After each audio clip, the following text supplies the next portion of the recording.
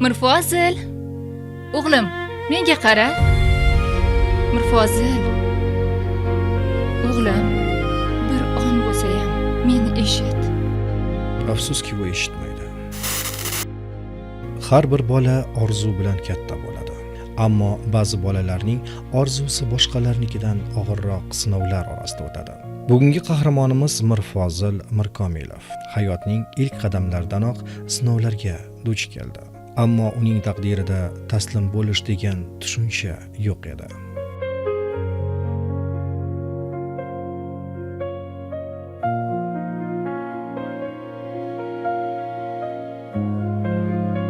Kelinim o'ylarida bir tadbir bor edi. O'sha yoqqa zarur ish bilan ketuvdilar. O'shaning uchun xohlasanglar suhbat men bilan olib borsanglar. Bu vaqtidan oldinroq tug'ilib qoldi bu nevaramiz. 6,5 oylik tug'ildi. Hamma yoqqa chopdi. Televizorlarni tagida ham yotqizib qo'yardi, jim uxlayverardi. Voy, televizorga ham anaqa qilmaydi deb hayron bo'ldi. Keyin Yunusobodda anaqaga olib bordi doktorga. Olib borsa, u doktor eshitmaydi bolanglar deb qoldi. Lekin hammamiz harakatga tushdik. Mayli doda ham yetdilar, men ham yetdim, adasi ham, onasi ham mayli qulog'ingizda nima anaqa bu nerv oladimi, nima qilsa olib shunga qo'ysin deb hammamiz harakat qildik. Quloqnikini o'tkazib bo'lmas ekan. Yurakni o'tkazib bo'lar ekan, jigari o'tkazib bo'lar ekan, buyrakni o'tkazib bo'lar ekan, lekin quloqni nerv tolalarini o'tkazib bo'lmas ekan. O'shanda keliningiz bilan o'g'lingiz qay holatga tushdi? Hammamiz juda qayg'uda qoldik. Shundoq bola endi nima qilamiz buni deb surda logopedga olib boringlar deyishdi. Keyin ular logopedga olib borib, onasi qatnab, mashina qildi. Bog'chalarga, o'sha surda bog'chalarga berdi. 102-maktab bor ekan, shunaqa zaif eshituvchilar maktabi bor ekan. O'sha yoqqa olib borib berdi.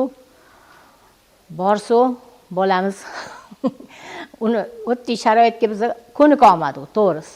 Bolamizni o'tga ishona olmadik. Yo'q, lekin mana shu Ubayda opani tavsiya qilishdi. Shu ayol borlar, shularga olib boringlar deyishdi. O'shalarni topib, keyin onasi olib bordilar. Ular faqat shart qo'yaman, ommaviy maktabga berasizlar. Agar bunaqa surda maktablarga bersanglar, men shug'ullanmayman dedilar.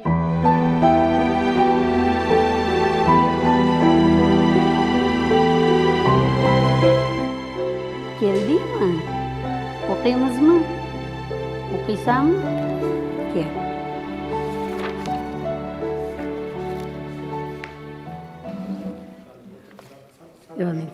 Bu kim? Qattiq ayt. Bobo.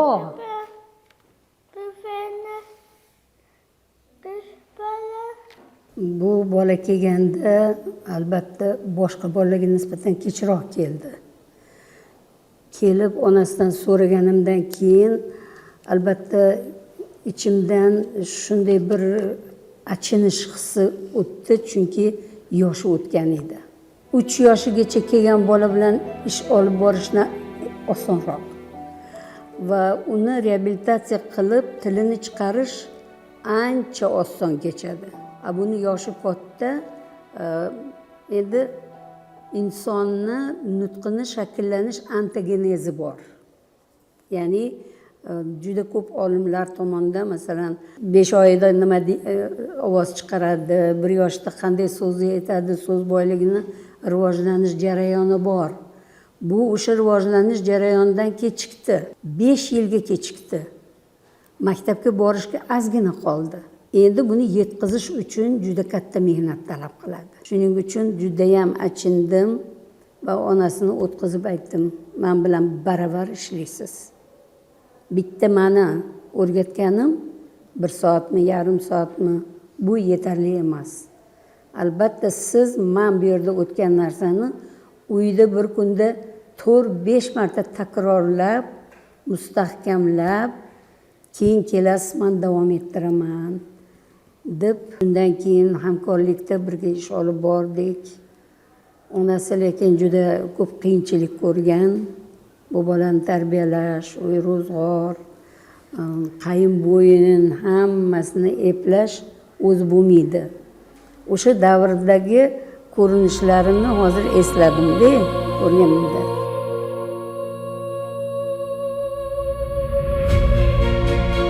koklar implantatsiya 5 yoshigacha qilinadi. Bu kelganda 5 yoshdan oshgan edi. Kuzatsam tobora eshitishi yomonlab ketyapti. Eshitishi pasaygan sari talaffuzi ham yomon bo'lib ketdi. Shunda Zamin fondiga murojaat qildim. Yo'q demasdan buni navbatdan tashqari bunga koklar implant qo'yildi, jarrohlik o'tkazildi. Lekin nafaqat Mirfozil, men o'sha Zamin fondini shunday bolalarga qilayotgan yordami, fond o'zini hisobidan bularga tekinga implant qo'ydi. Qahramonimiz Mirfozilning nutqi hamma uchun tushunarli bo'lishi maqsadida uning fikrlarini kadr orti ovoz orqali yetkazib boramiz. 6 yoshim. Men ular ishimga. Bolaligimda onam tez-tez yig'lardi. Ba'zan otamga qarab, ba'zida esa menga qarab ko'z yoshi to'kardi. O'sha paytlarda buning sababini anglamasdim. Faqat bir narsani bilardim. Onamni xursand qilishni istardim. İlk bor onam meni Ubayda Fayziyevnaning oldiga olib borganida, rostini aytsam, juda qo'rqqandim. Keyinchalik angladimki, u kishi hayot yo'limni yoritgan farishta siymosidagi inson ekan.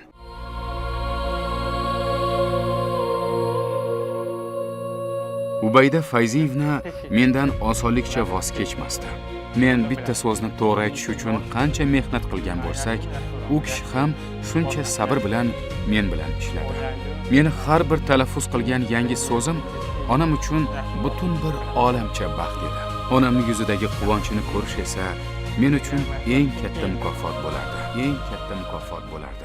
Eng katta mukofot bo'lardi. Mirfozil hayotida navbatdagi muhim bosqichga qadam qo'ydi. U singlisi bilan birga maktabga bordi.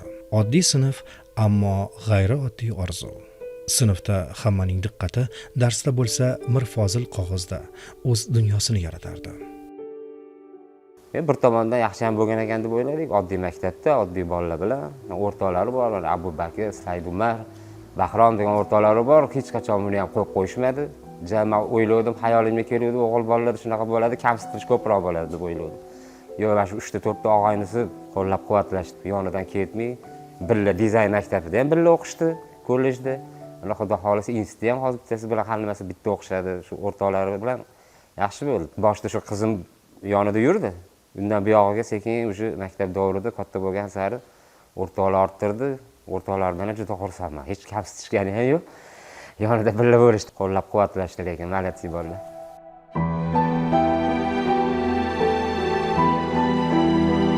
Maktab borda. Mahalla o'rtoqlar bor. Yonda biladi. Maktabga ilk qadamni qo'yayotganimda otam juda xavotirlanardi. U singlimga qayta-qayta iltimos akangga qara, bolalar uning ustidan kulib yurmasin deb tayinlardi. Ammo hammasi butunlay boshqacha bo'ldi. Sinfdoshlarim ham, ustozlarim ham meni mehr bilan qarshi oldilar. Hamma menga yordam berishga oshiqardi. Hatto ba'zida singlim meni unutib qo'ysa, do'stlarim uni hazil aralash qo'yib ham qo'yishardi. Said Umar, Bahrom va Abu Bakr mening eng yaqin do'stlarim. Ba'zan ularga hazillashib, menimcha bizni ota-onamiz bitta bo'lgan, keyinchalik adashib ajratib qo'yishgan deyman. Chunki ular meni hech qachon o'zlaridan ayirishmagan. Tog'ga chiqsalar ham, choyxonaga borsalar ham doim meni yonlarida olib yurishadi. Ularning uyiga borsam, buvi bobolari, ota-onalari meni o'z farzandidek kutib olishadi. Aslida inson uchun bundan ortiq baxt bo'lishi mumkinmi? Baxt bo'lishi mumkinmi? Baxt bo'lishi mumkinmi?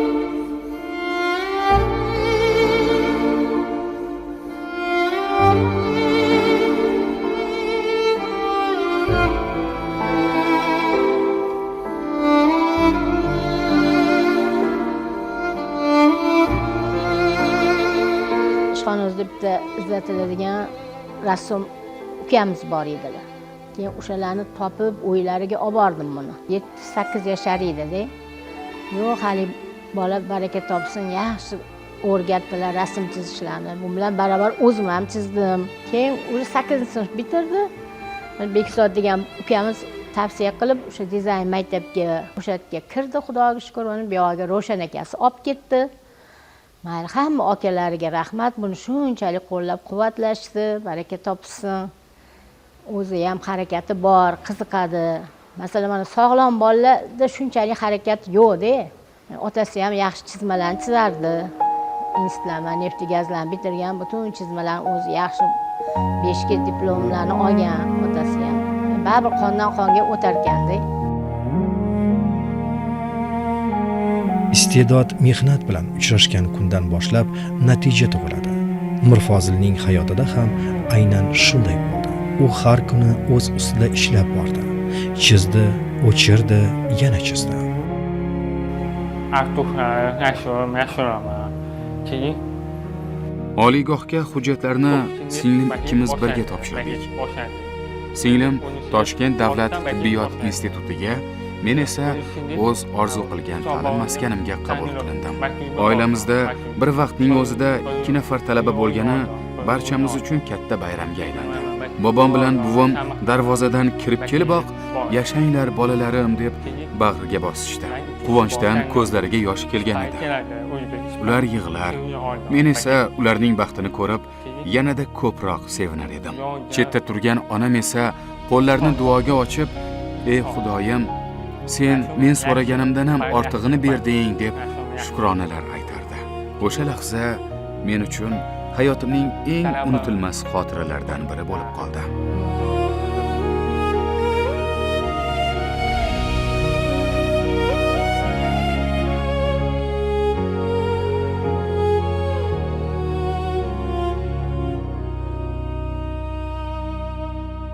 Birinchi kirib kelishganligida hamma birinchi kurs talabalarini yig'ib, professor o'qituvchilar tomonidan muloqot o'tkazilgan. Shunda Mirfozil e'tiborimni tortgan haqiqatdan, sababi juda ham og'ir bosiq, berayotgan savollari mantiqli. Talabalar bilan muloqot qilayotgan paytimizda uni berayotgan savollari asosli hamda mantiqli savollarni berib, diqqat markazimdan joy egallagan. Keyin ularga darsga kirishni boshladim. Dars jarayonlarida ham ancha faol hamda vazifalarni ham o'z vaqtida juda ham tartibli, intizomli, o'z vaqtida barcha vazifalarni bajarishga quntli talabam bo'lgan.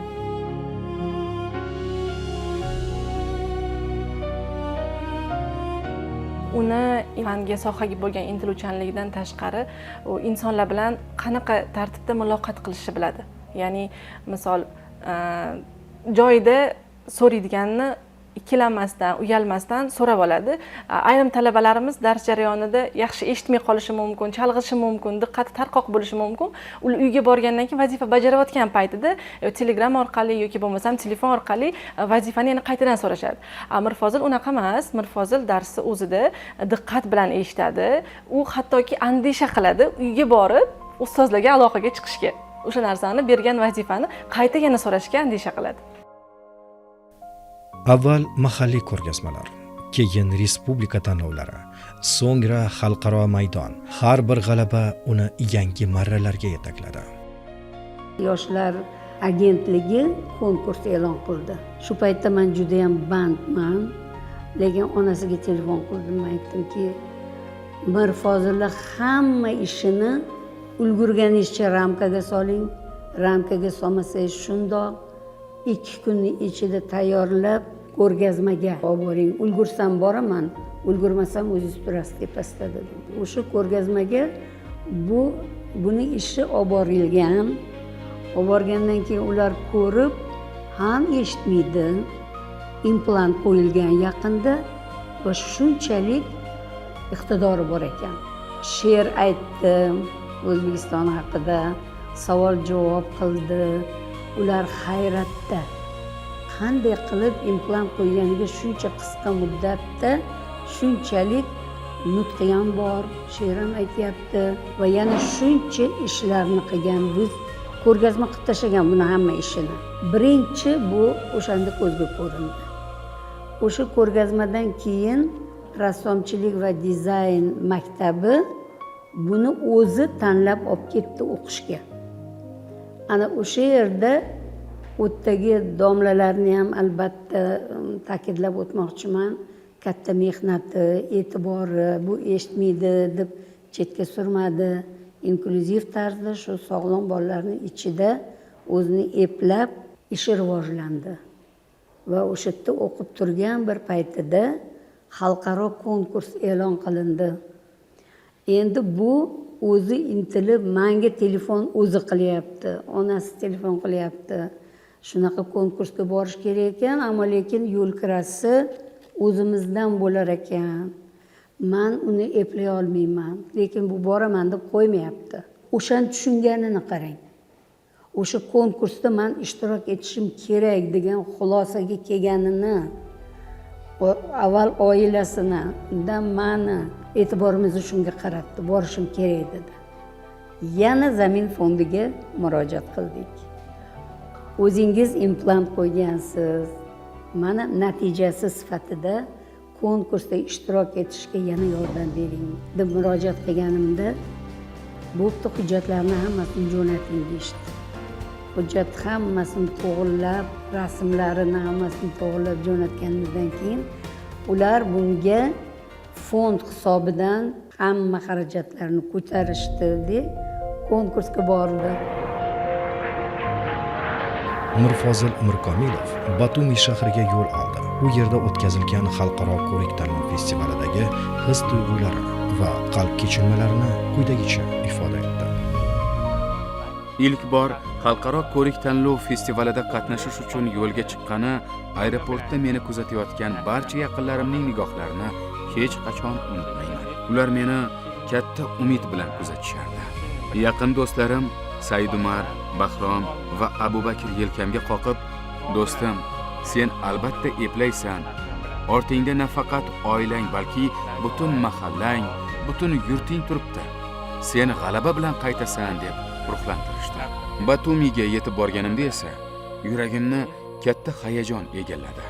Agar yutolmasam, menga ishongan Zamin fondining, yaqinlarimning yuziga qanday qarayman degan o'y meni bir daqiqa ham tark etmasdi. Nihoyat birinchi o'rin sohibi deb meni ismim aytilgan on butun vujudim titrab ketdi. Bu nafaqat shaxsiy g'alabam, balki vatanimning sharafi edi. Telefonim tinimsiz jiringlar, tabriklar ketma-ket yog'ilar, men esa har biriga javob berishga ulgurmasdim.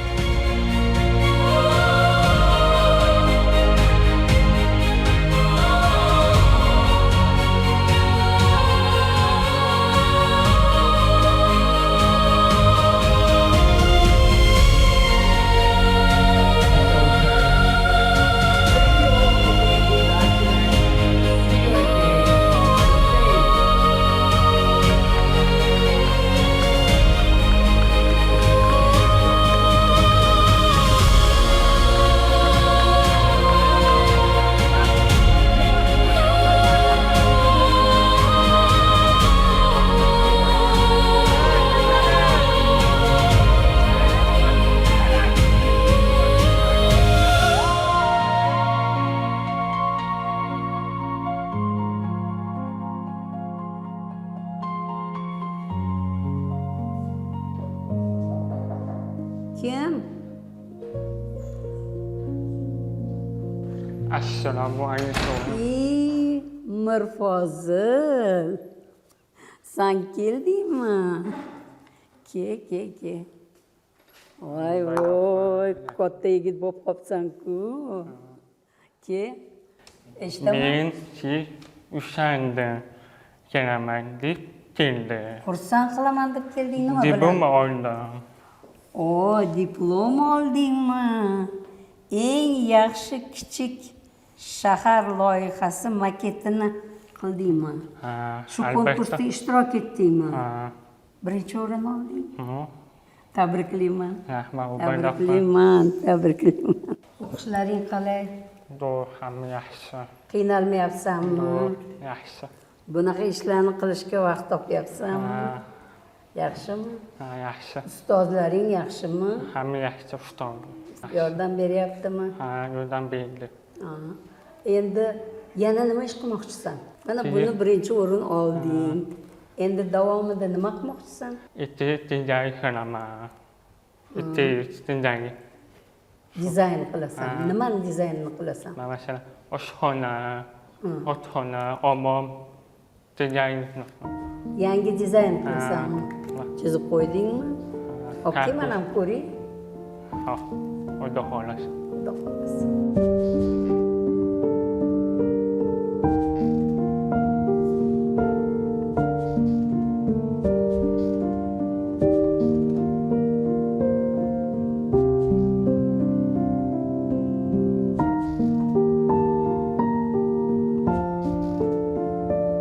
Mayli. Yaxshi borgin. Yaxshi borgin. Ishlaringda, o'qishingda muvaffaqiyat senga. O'zgarmabdi. Endi Londonga borish uchun juda katta mablag' kerak. Yo'l kirasini o'zi, u yerda mehmonxona, ovqatlanish. Agar bunga birorta bir jamoatchilik tashkiloti yoki homiy yordam bermasa, albatta yana zamin fondiga murojaat qilib ko'ramiz. Mirfozil ham ota-onasini farzandi, ham meniki, ham fondniki ham. Chunki xalqaro zamin fondini ham juda katta hissasi bor bu bolani shunchalik bo'lishiga. Endi umid qilamizki, bu yog'iga ham yordam beradi.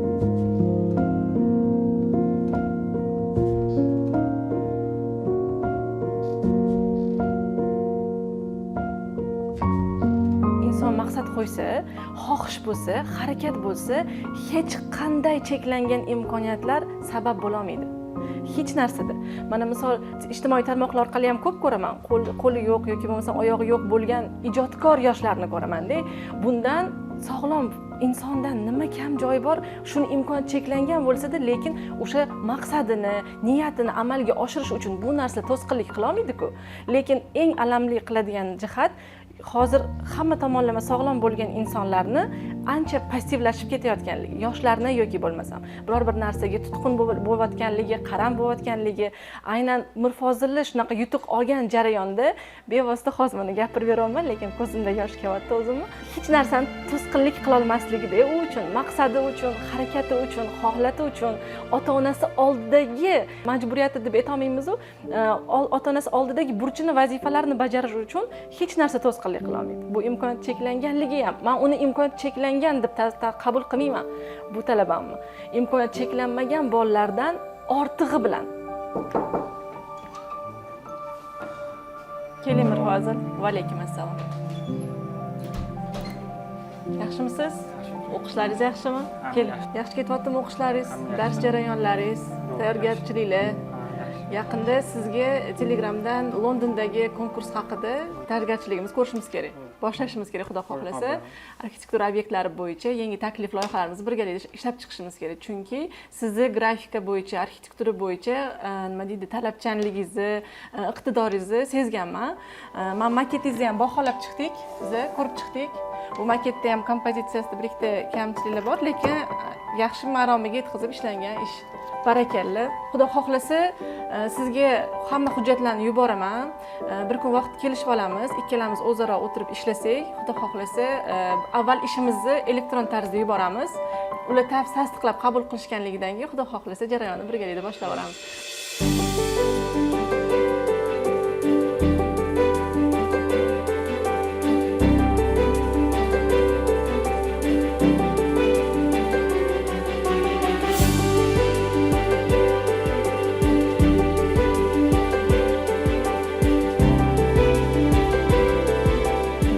Bo'ling. Darsga kech qolmang. Xo'p, mayli, rahmat. Kirib turing.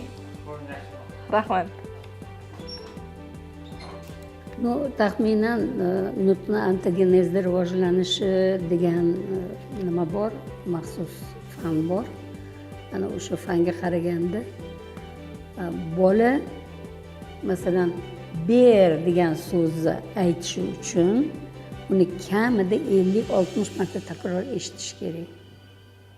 Mashq qilish kerak u bilan. Ber, endi oldiga narsani qo'yib, u ham ber deyish kerak. O'shanga olib kelish uchun ham shuncha marta takrorlash kerak.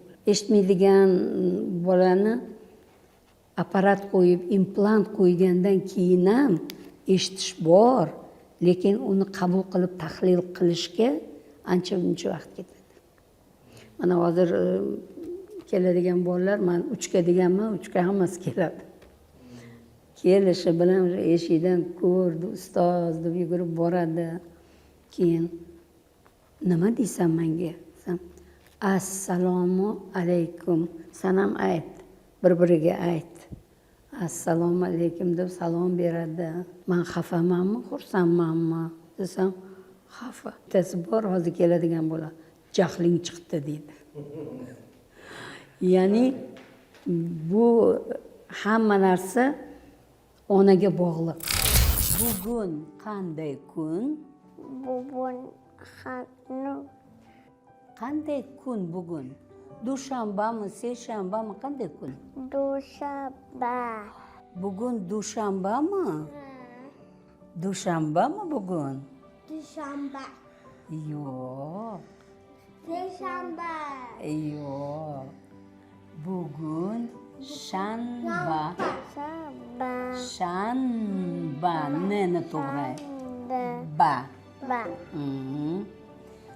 Ertaga qanday kun? Ertaga qanday kun? Yakshanba. Qanday kun ekan? Ertaga yakshanba bo'ladi. Uning juda ko'p jihatdan bog'liq. Mana o'zlari ham aytgan bo'lsalar kerak. Kelgandan keyin vaqtim bo'lmadi shug'ullanishga. Ubayda opa bugun bo'lmadi deb xafa bo'lib kelgan paytlar bo'ladi.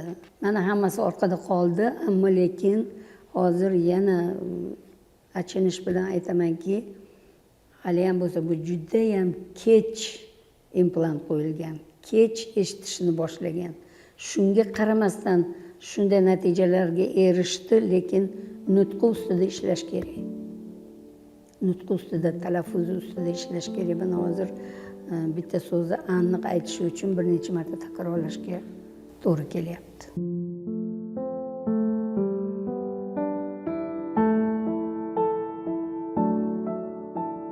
Agar men o'zim talaba Mirfozilni 3 ta so'z bilan ta'riflab beradigan bo'lsam, birinchi o'rinda matonatli degan so'zga juda ham loyiq talabalarimni, ikkinchisi ruhiy sog'lom inson sifatida qabul qilaman. Uchinchi tomondan ko'radigan bo'lsam, irodali. Irodali degan so'z aynan bunaqa holat unga juda ham mos. Aynan shunaqa imkoniyati cheklangan bo'lsa-da, biz o'qituvchilar shunaqa talabani olib chiqishimiz, shunaqa talabalar orqali natija ko'rsata olishimiz, o'zimiz ham xursand bo'lamiz, natijamizni ko'rib xursand bo'lamiz, talabamizning xursandchiligini ko'rib xursand bo'lamiz.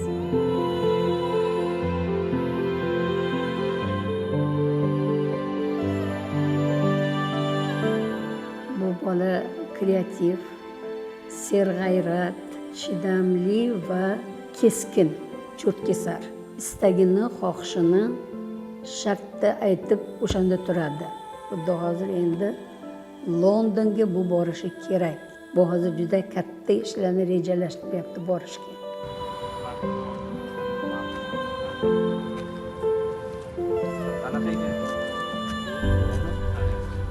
Agar o'g'limni 3 so'zda ta'riflaydigan bo'lsam, juda mehribon. Hammasi ham mehribon.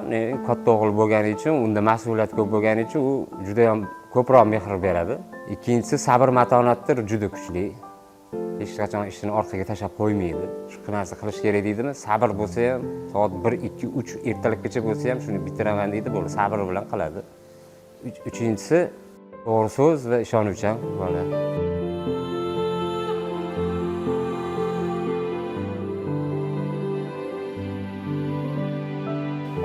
Ona, buvi, hamma oxirgi ham yordam beradi. Yaxshi oxirgi. Bugun ortga nazar tashlasam, hayotimdagi eng katta tayanchim ota-onam, bobom, buvim, amakilarim va albatta ustozlarim bo'lganini chuqur his qilaman. Balki bugun barcha ustozlarimning nomini birma-bir ayta olmagandirman. Ammo ishoning, har biringiz meni qalbimda alohida o'ringa egasiz. Meni hayotiy shiorim esa juda oddiy. Orzu qiling va orzuyingizga yetishish uchun hech qachon harakatdan to'xtamang.